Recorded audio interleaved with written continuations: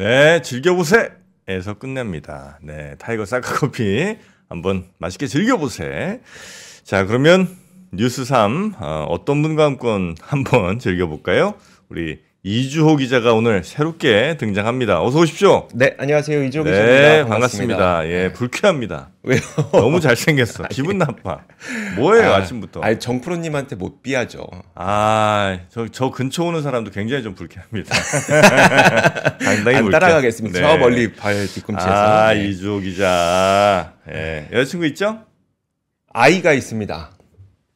아이가 있습니까? 네. 그렇습니까? 네. 그러니까 여자친구가 없다는 얘기죠? 네, 그렇죠. 고맙습니다. 네. 자, 그러면 이주호 기자와 함께 오늘 뉴스 어떤 뉴스들이 있는지 먼저 첫 번째 뉴스부터 한번 가나요? 네, 일단 미국 증시가 미국 증시. 어떻게 마감됐는지부터 간략하게 보도록 하겠습니다. 네. 3대 지수 모두 상승 마감했는데 그래프 보시면요. 그 막 올라가다가 오후 들어서 뚝 힘이 빠집니다. 이때 무슨 일이 있었겠죠? 있었으니까 뭐예요? 저런 일이 있었겠죠? 뭐죠? 파월 의장의 연설이 있었는데 네. 파월 의장 연설을 한번 살펴보면 일단 그 경기 침체에 대한 진입 증거는 없다. 네. 침체 가능성 낮다. 네. 그리고 견조한 성장세 기대된다. 그러면서 올해 안에 금리 인하는 할 것 같긴 한데 근데 인플레가 둔화되는지는 좀 확실히 봐야 돼.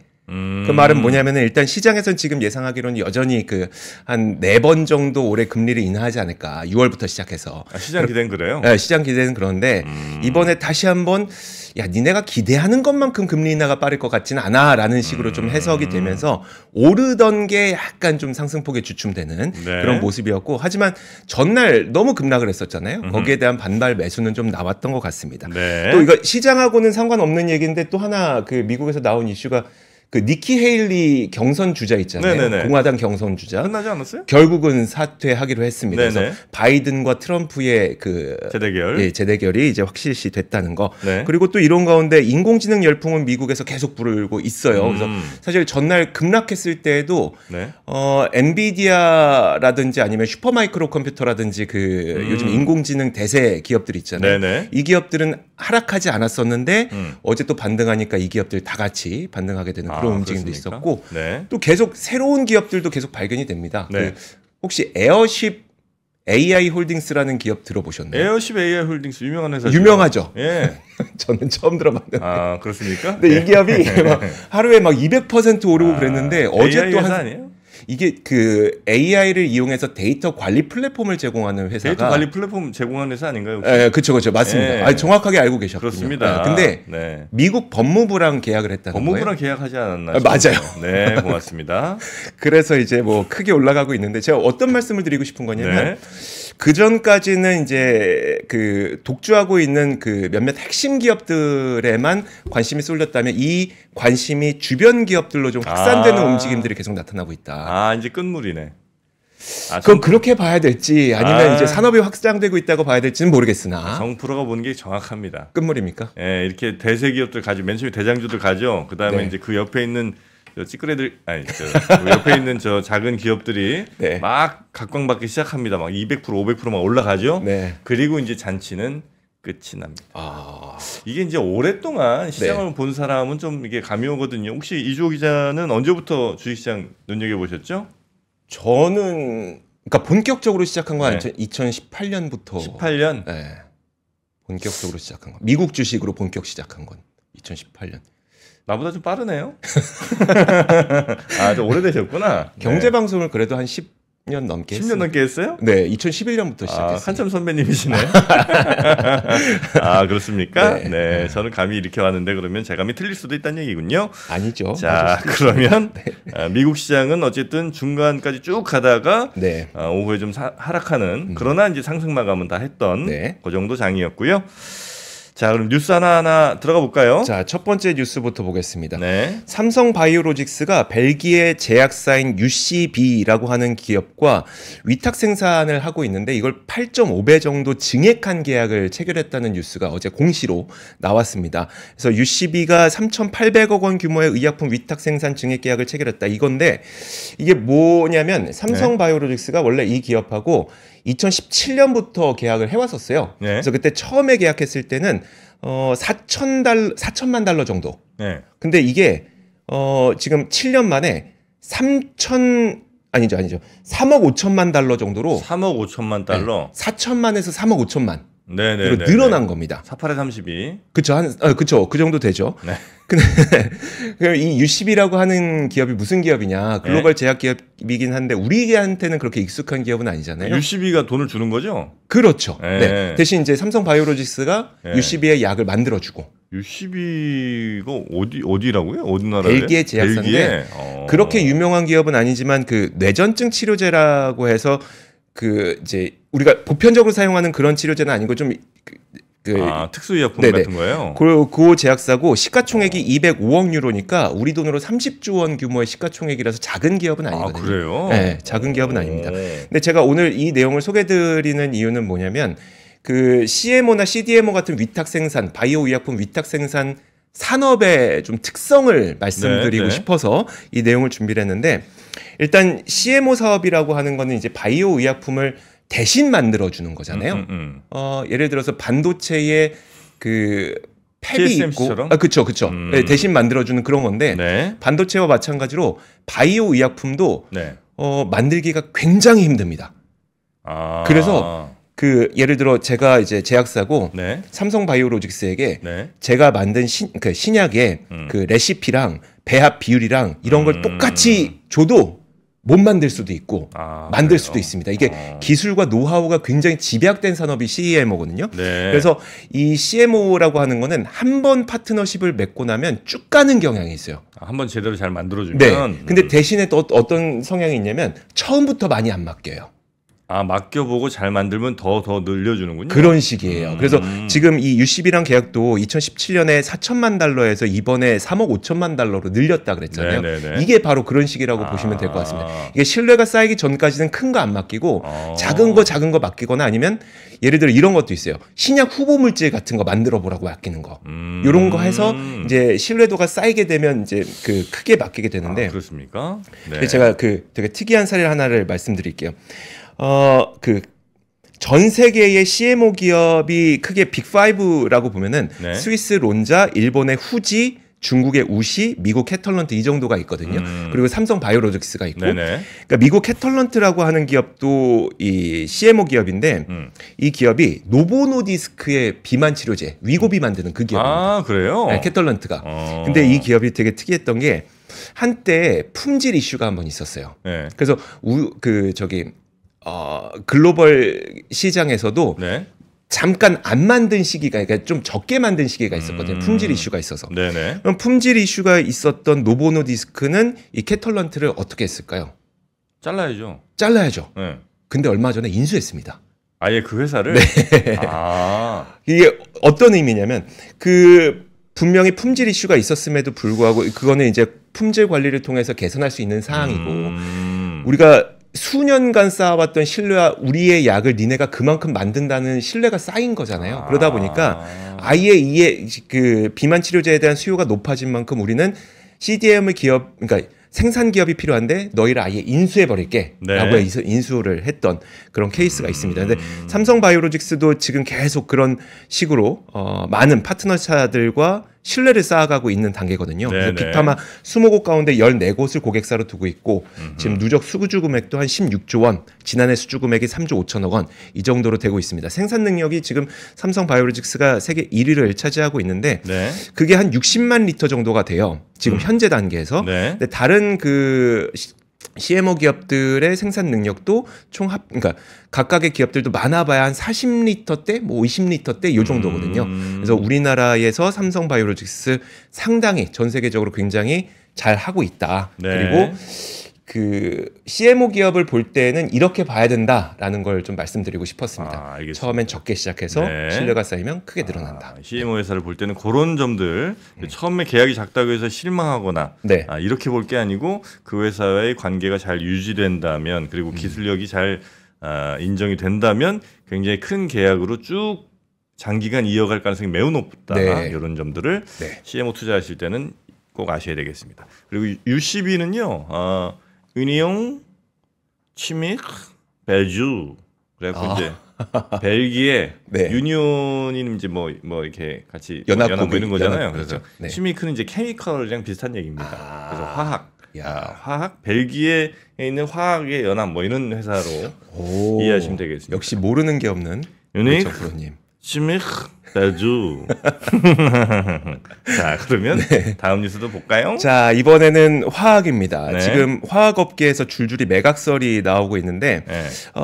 오늘 나온 거는 무슨 뉴스냐면 롯데케미컬이 갖고 있는 이 롯데케미컬 타이탄이라고 하는 말레이시아 대규모 생산지 기지를 매각할 것 같다라는 설이 업계에서 돌고 있다는 겁니다. 롯데케미컬. 네. 아, 근데 그거 들어보셨죠? LG화학에서도 뭐 NCC를 매각한다는 설이 있다 이런 얘기도 좀 들어보셨죠? 제가요? 네. 저한테는 아직까지 연락 안 왔습니까? 안 왔습니다. 아, 네. 연락하라고 좀 말씀드리겠습니다. LG 화학이 그런 결정을 내렸다고요. 지금 아직 설입니다. 그래서 썰입니다. 결정을 내린 건 아닌데, 썰. 네. 근데 이런 현상이 나타나는 이유는 너무나도 분명한 게 중국에 네. 그 석유 화학 제품들이 너무 쏟아지고 있기 때문인데 그러다 보니까 그 지금 현재 생산하고 있는 석유 화학 제품으로는 수익성이 너무 나빠요. 가격 경쟁이 안 되는군요. 안 되죠. 네. 그리고 이거는 사실 철강 때도 우리가 많이 봤겠었고 네. 그러니까 이 얘기도 좀 잠시 후에 해드리도록 하겠습니다. 네. 일단 투자은행 업계에서 어떤 얘기가 나오고 있냐면 롯데케미칼이 뭐 대형 사모펀드나 아니면 국내외 석유화학 기업들을 대상으로 그 아까 말씀드렸던 롯데케미컬 타이탄, LC 타이탄 인수자를 찾고 있다는 소식이 나오고 있어요. 그래서 LC 타이탄은 롯데케미칼이 지분 74.7%를 보유하고 있는 네. 말레이시아 증시 상장사이기도 한데 사실 이 기업은 원래 2010년대 중반까지는 거의 매년 3천억에서 5천억 원 가량의 이익을 냈던 알짜 회사였는데 작년에 어떻게 됐냐면 그 상황이 안 좋아졌습니다. 네. 2022년 2분기부터 적자로 돌아서더니 지난해에는 612억 원 영업 손실. 지금 보면은 그 특히 이제 중국의 석유화학 업체들이 네. 그럼 석유화학 제품들을 어느 쪽으로 쏟아내고 있는지를 보니까 동남아시아 쪽에 엄청 쏟아내고 있다는 거예요. 중국에서 만든 석유화학 제품들을 네, 근데 말레이시아가 또 동남아시아에 있다 보니까 여기에서 오히려 또 굉장히 큰 손해를 보게 되는 거죠. 그리고 실제로 중국 자금률이 100%가 넘게 되는데 네. 지금 보니까 2020년에 이미 100%를 넘었고 2025년에 125%까지 올라서게 될 것 같다고 합니다. 그러다 보니까 한국 화학업계는 사실 일찌감치 중국의 이런 저가 공세를 벗어나기 위해 노력은 해왔어요. 대표적인 사례가 LG화학이 배터리 사업에 진출하면서 LG 에너지솔루션 만든 게 네. 우리 화학으로만은 이제 더 이상 답이 없다. 네, 할 수는 없다라고 네. 하니까 이제 배터리 사업으로 넘어갔던 거고 사실 철강도 아까 말씀드린다고 했던 게 원래 철강이라고 하는 산업은 그 산업화가 진행될 때에는 도로 네. 깔아야 되죠, 공장 지어야 되죠, 건물 만들어야 되죠, 아파트 지어야 되죠. 그러니까 막대하게 철강이 들어가게 되거든요. 네. 하지만 이 산업화 단계가 끝나게 되면 물론 건설하고 뭐 유지보수하고 공장 짓고 하지만 네. 그만큼 들어가지 않아요. 그럼 철강 수요는 확연히 줄어들 수밖에 없고 이런 상황에서 중국이 그 저가 공세를 계속 펼치게 되니까 네. 철강 산업도 이것만은 우리가 살 수 없다 해갖고 결국 포스코가 이제 배터리 산업에 진출하게 된 계기가 된 것도 중국의 저가 공세라고 보시면 될 것 같거든요. 근데 그 결과적으로는 어찌 보면 그 회사들이 더 또 한 단계 성장할 수 있는 계기가 되기도 하네요. 그렇긴 하죠. 후발주자들이 막 따라오는 게. 그렇죠. 네. 그래서 사실 LG화학을 특정 짓지 않고 화학업계도 어떻게 했었냐면 원래는 이제 기초 유분이 있고 중간 원료가 있고 이제 그게 이거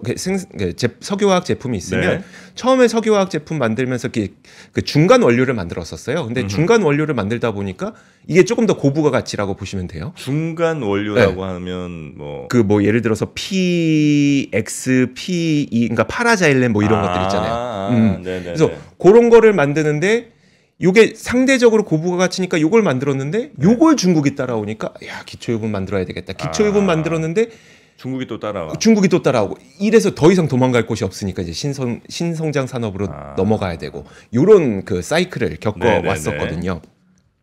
그래서 지금 LG화학도 에틸렌과 같은 기초 유분을 제조하는 NCC 2공장 지분을 매각하기 위한 작업 중이라는 소식이 작년부터 계속 좀 퍼져 나오고 있는 상태거든요. 네네네네. 물론 회사에서는 지금 부인을 하고 있긴 합니다만 산업의 사이클을 봤을 때 그런 구도로 어쨌든 가긴 해야 될 것 같습니다. 네. 근데 롯데케미컬도 사실 최근에 본격적인 사업 구조 재편에 들어가고 있는 걸로 보이는데 네. 작년에 그 새로운 대표가 선임이 됐습니다. 이훈기 대표라고 해서 이분이 뭐 하셨던 분이냐면 네. 롯데지주에서 인수합병하고 미래 신사업 발굴, 총괄, 기획, 전략 그러니까 이분을 저기 롯데케미컬에 딱 선임한 이유가 눈에 보이지 않나요? 그러니까 이제 뭐 매각이라든지 아니면 뭐 네. 새로운 사업 시작한다든지 뭐 이런 거 이제 전문이군요. 그렇죠. 신사업을 한번 사업 구조를 개편해서 신사업을 개척해봐라라는 미션을 안고 왔다고 이제 우리는 보이는 거죠. 네. 그래서 롯데케미컬은 이제 그 원래 작년 3분기에 석유화학 시황이 좀 그러니까 저점을 찍고 중국과 네. 함께 반등이 일어날 거라고 봤지만 사실 그건 좀 안 일어나고 있고 신사업도 아직은 그렇게 큰 기대를 갖고 있진 못하거든요. 네. 그러니까 동박제조업체 일진머티리얼즈가 롯데케미컬에 인수돼 갖고 롯데에너지 머티리얼즈가 됐잖아요. 일진케미컬이요? 그 일진머티리얼즈. 일진 머티리얼즈가 네네. 롯데케미컬 밑으로 들어갔어요? 네, 그래서 롯데에너지 머티리얼즈. 언제? 가 작년이었죠. 그래요? 네. 근데 요것도 사실 네. 근데 좀 때가 안 좋았죠.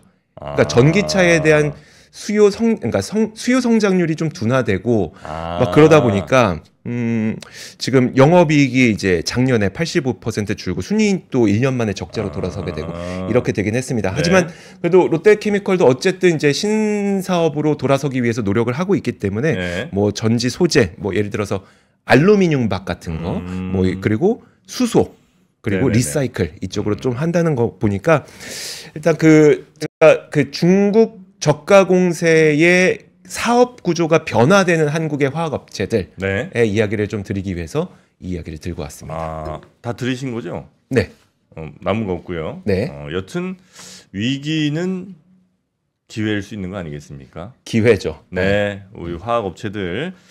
저도 이제 한때 화학주를 투자했던 사람으로서, 예, 빠삭하시겠네요. 제가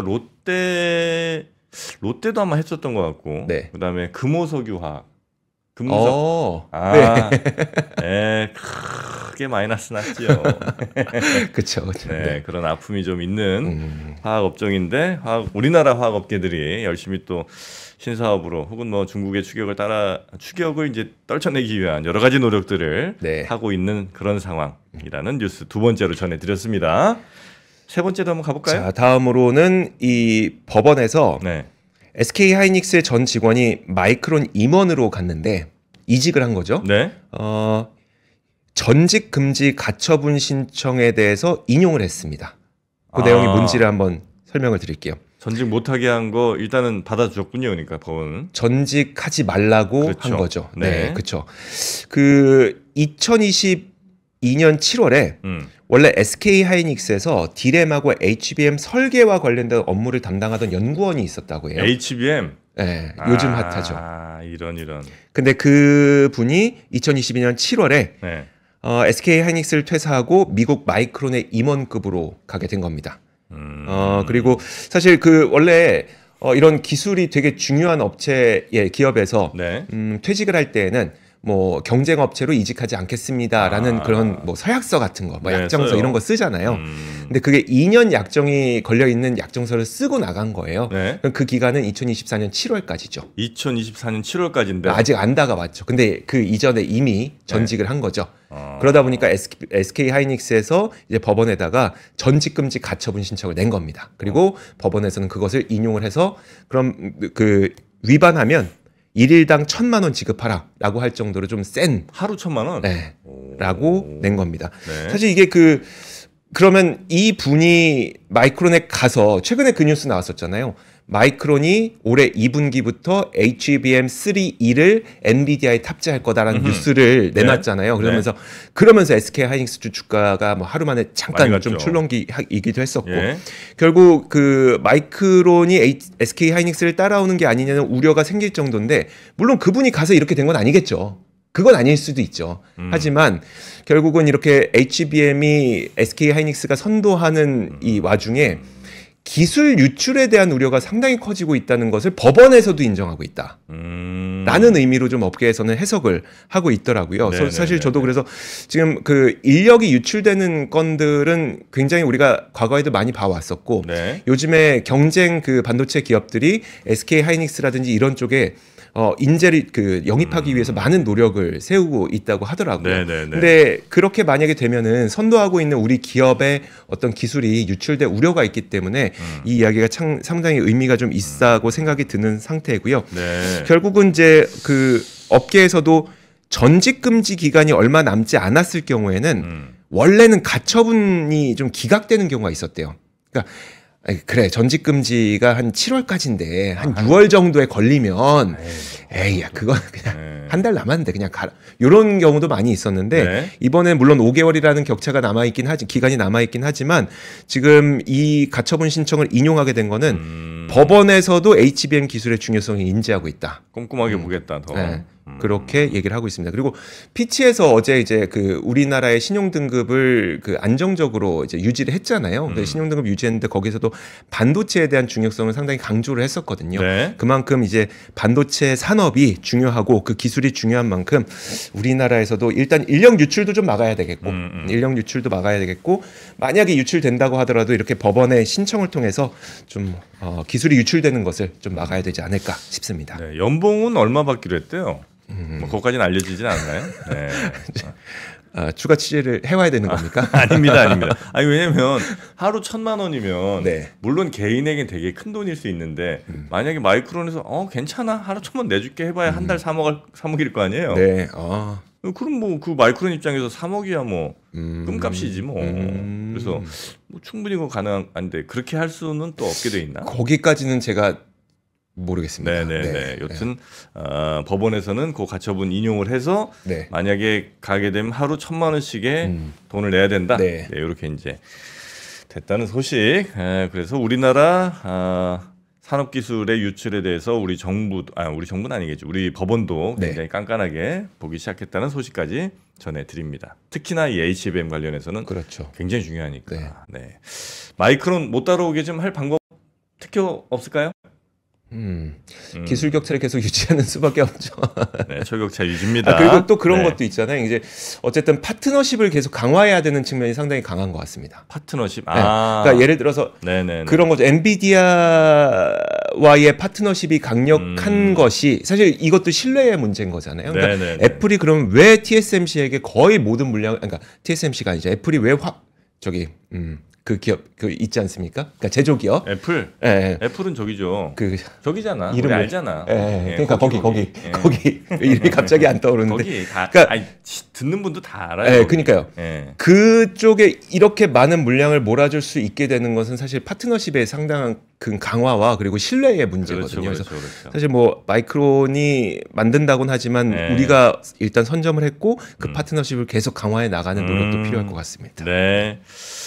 자, 그러면 오늘 이주호 기자와 함께한 뉴스 3 이 정도로 정리해도 괜찮을까요? 네. 우리 이주호 기자는 우리 시청자분들께서 목소리 너무 감미롭다고 그냥 초콜릿 기자로 불러주면 안 되냐는 얘기를 합니다. 이주호 말고 초콜릿 기자. 좋습니다. 그렇다면 우리 초콜릿 기자 이주호 기자에게 요 주빌리 초콜릿 한번 드셔보시면 어떨까 얘기를 한번 좀 드리고 싶네요. 이 주빌리 초콜릿 혹시 보셨나요? 네. 네, 이 주빌리 초콜릿 일반 카카오가 아닌 최고급 카카오로 아주 달콤한 맛, 감미로운 맛을 극대화하면서도 건강에 좋은 이야, 초콜릿입니다. 저거 네. 먹으면 제 목소리가 더 감미로워질 수 네, 있는. 아유, 요거 하나 좀 드릴 테니까 드시면서 가세요. 고맙습니다.